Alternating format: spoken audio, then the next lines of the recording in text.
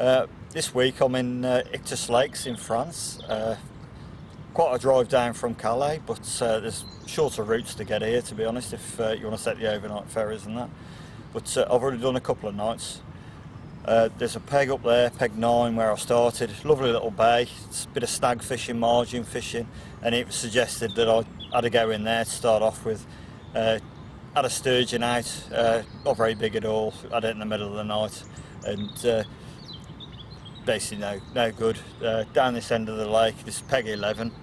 I've moved down today, and rods have been out about an hour, 2 hours max, and rattled off with the carp. Saw a few fish showing here.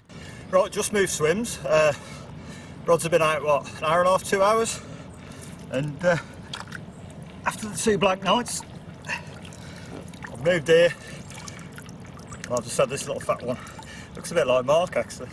Right, let's get him back. I'm sure we're going to get bigger. I think I've made the right move, to be honest. I'm here for the week, so I've got a few nights left. You know, I feel I wasted a couple of nights up there, but you never know, really.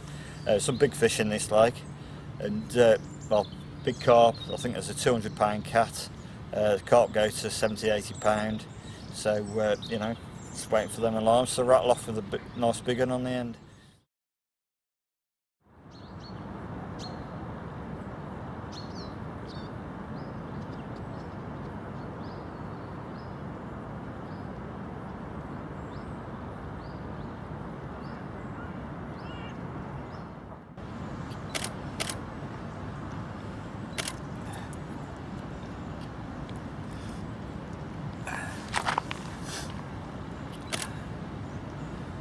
Bring his head round to me a bit.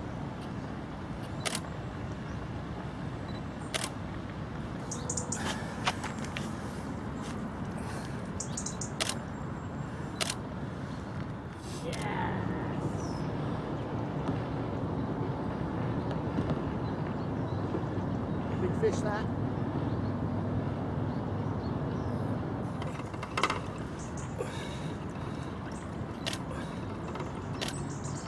.46. Well done, mate. On the dot. Well done.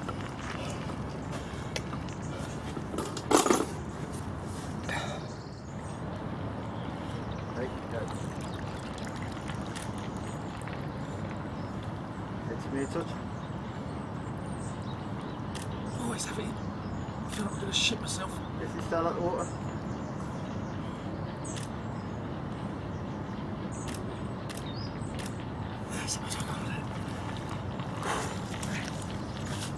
Well done, baby. Mwah.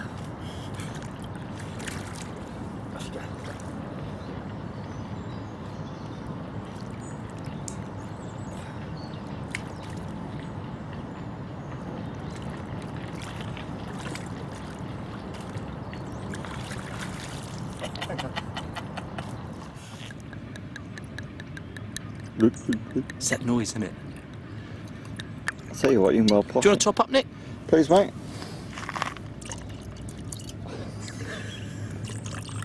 That's plenty, mate, that's plenty. See, that's what it's all about. It's a bit of social, isn't it?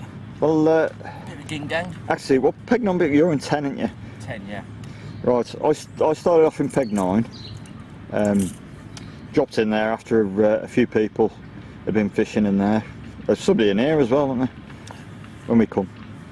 In here? Yeah, there's somebody fishing in here and somebody in 9. No, I think this was empty. Is this one empty? I think this was, you were thing, but I think this was empty. I originally thought we'd go down where you were. Well, the thinking, there'd be a few fish still around in 9 that escaped and gone off down the narrow side of the lake, but you were catching on your right hand rod, and after two blank nights, well, bar a sturgeon, I up sticks and moved. I didn't go far though, did I, mate? I just the other side of you've only it. come, well, was the next swim down, isn't it? But the pegs are what, 100 yards apart? Oh yeah, you're not close together. Loads of distance. You know, we were talking about this, weren't we? On a lake in the UK, there's gaps between the pegs, and there'd be about another 6 pegs in between. I reckon if this was a lake in the UK, you'd have 160 pegs on here. If this was at Farlow's or somewhere like that. And there's what, 15 pegs, is there? Yeah, there's loads of room between you. You're not on top of anybody. And What's... even if somebody's fishing opposite you. Well, I'll tell you what, I'll just zoom in. There's a peg. Peg 5, I think that is. Actually, there's a peg. There's a peg there, and I'll just zoom out. And then the next peg is that one all the way over there. Miles of space. So you've got all that margin, and a lot of the pegs are like that. Right then, bait wise, on this trip I brought 15 kilo straight boilies with me, 16 millers, 12 millers, just mixing it up very slightly, but I'm not putting loads and loads in. You know, I've got through 10 kilo already, to be honest, but basically I'm feeding to my bites. You know, a couple of spoms, or I'm using the boat to bait up as well. A couple of 3 handfuls, that's more than enough for a bite. Pop a rig over the top, and job's a good one. But basically what I'm doing with my bait is basically crumbing it all down. So I'm mixing all different sizes and shapes, and I've crumbed it down. 12 millers, I'm glugging it up as well, bit of bait soak as normal. To be honest, that's really good for a week trip, because you get to it preserves your bait a little bit as well as you know, giving it a really good boost for attracting the fish. Something else I'm doing, little sight bobs. I've got some little orange 10 millers, Technispice. Basically what I'm doing with those, out of a bucket full, I'm only putting in probably 30 or 10 millers through the bucket full, and then I'm using a little orange one on the top of my snowman. So I'm just giving them something to, you know, curiosity kill the cat, and home in on, you know, if they go down that route. So it's helping it to blend in, but not too much. While we're on the bait subject, it's quite funny, like, to talk to people in France and who are coming to France. They're all seem to be in the mind of, oh, you got to use loads of bait and fill it in. And you know, I've even had mates come over with 20-30 kilo and dumped it on one spot and fished the rods on it and then blanked all week. It's not my style of fishing at all. You know, a couple of 3 handfuls like so on a spot, plenty for a bite. You know, generally I'll fish where I see the fish, fish for 1 bite at a time, and that's generally the best way to do it, I've found. You know, some people come over and they put tons of bait in, but you know, even on other waters in France, you know, my last trip to France, I had, was it 60 odd carp, and that was the same sort of tactics, a couple of 3 handfuls over a rod, crumbed up and that type of thing, loads of attraction coming out in the water. You know, keeping it quite tight as well, get a couple of fish competing, get a nice quick bite. You know, keep it simple like that, and I'm sure you'll be catching loads. That's a 45 pound on the nose. Oh, grunting at me. Oh God, same rod again. Absolutely fantastic.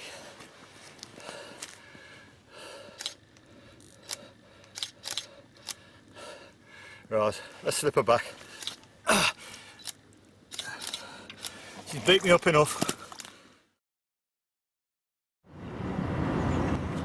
So, I basically aim to start with the aim at the pylon, or slightly towards the right, and I'll be exactly on the spot that I want.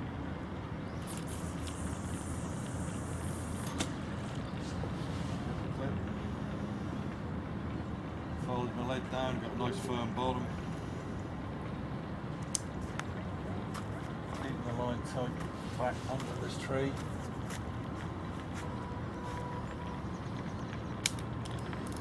I'll now play the line after it sinks nicely all the way down the contours of the lake. Right then, I've just made it into peg 12 or swim 12. Rob's swim. You're next door? 13, yeah. Yeah, Brian's fishing in 13, yeah. So, how's your session going, lads? You having a few? Yeah, it's quite nice now. I've had 13 fish now. Biggest was just over 50, and the smallest, you know, about 32. It's been quite a successful session. We started off in swim 6. Yeah, 'cause you had to make a move, didn't you? Yeah, it was a bit. Swim 6 is a swim that I've always fancied here. It's a nice big double swim. Seems to fish well in the summer, in the heat, but after going round and we did with the marker floats and with the echo sounders, I couldn't find any features that, that I'll tell you what, the one thing that Peg 6 has got going for it is the view, because you can see the mountains as you swim, and it's stunning. It's absolutely stunning swim. Yeah. Yeah, I mean, I was pleased, when we first moved in there and everything else, but I'm not an open water angler. I like fishing to features, to snags, things like this. Margin fishing and that sort of thing. Yeah. But in swim 6, I literally couldn't find any snags and anything. And after two days, 2 nights of blanking, I thought, well, it's time to move. Yeah, I mean, Brian, when we were fishing 6, spotted the fish in this area.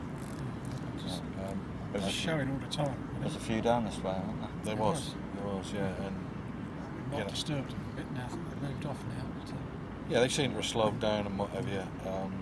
But to sit in a swim that's producing absolutely nothing, showing nothing, when you've got fish rolling. Oh, like, you would sit it down with fish bouncing out 3 pegs away, would you? No. Stay in the unproductive peg line. Yeah, nice. I know, as I said, I know when you come to France, you've got lots of tech, you've got a lot of gear. That is a pain to move, but you have to bite the bullet, and you have to do it, and it certainly paid off. Yeah, you actually gone around the lake, and I haven't mentioned rigs at all. If you're basically fishing like braided hook lengths and that type of thing for the fish, big hooks, or yeah, I mean, they are quite animal fishing here on the quiet, aren't they? They fight well.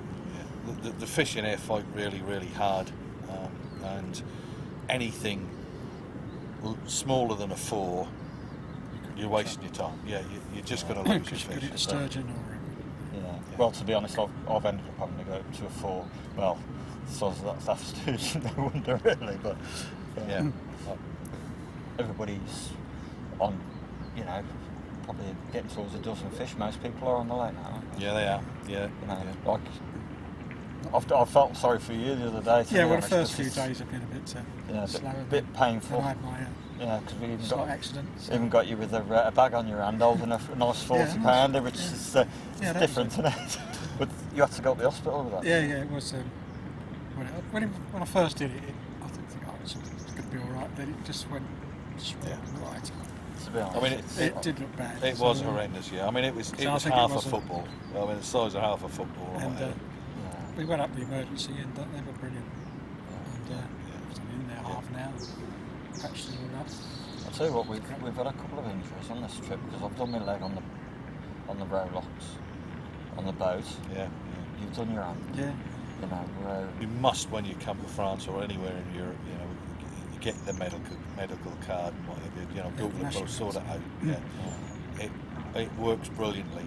If not, if you don't have it, you're in for a big bill. Anyway, mate, you organised this trip for us all to come. That's really kind of you on that. And you do quite a few trips to France and Iktus Lakes, one of your main ones. Yeah, Jeremy, who owns the Iktus complex, lets carp fishing trips, which is one of Brian's company.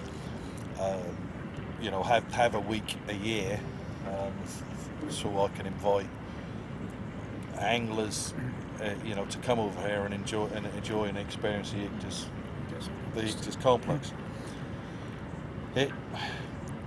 Iktus is a long drive. There's no doubt about it. It's a drive. It's a long way from Calais. But once you get here, it is so rewarding. It's well worth the trip. Well, we were talking about the for next year. Other things we've got planned. Yeah. It'd be definitely worth, because it's a 10-hour drive, no doubt about it. But next time I come, it's going to be a 6-hour drive, stop somewhere overnight, because they're ever so cheap, the lodgings and that on the way down. And then you got a nice little short 4-hour drive on the day, and you get here nice and early in the day, get set up, and you're fishing. And I think that's probably the best way forward. Doing a 10-hour drive in one hit is quite demanding, to say the least. We're doing that on the way back up. Yeah, we're doing that on the way. The nice thing about this place is, Jeremy, if you arrive on the Friday, he does let you put your bivvy up somewhere. He'll find a space where you can put the bivvy up so you can spend the night. There's an on-site restaurant and bar, so you can have a nice meal, a couple of drinks. That's a tackle shop as well. Yeah, with a tackle shop. So, you know, you don't have to bolt down here on the Saturday after a 10-hour drive, get your bivvy up and everything. You can do it nice and leisurely. It's great.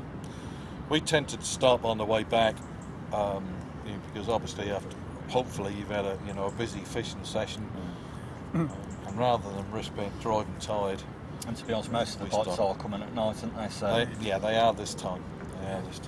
Although Dennis, over there, had quite a few fish during the day, but certainly all of mine have come during the night. yeah. While we were talking about the tackle shop, it's worth knowing that there's boats to hire, motors to hire, fish finders to hire. So if you haven't come into a big lake like Iktus, if you think, to find the features you need, this, that and the other, you can come literally not prepared, and you can hire it all out from the shop, because he's got fish finders, boat motors, big batteries, obviously the boats and the swims. They'll fully kit you out, and you're ready to go, and you can have a week of your life. Like, I've had a fish of a lifetime this week. Yeah, haven't it? Yeah, congratulations on that.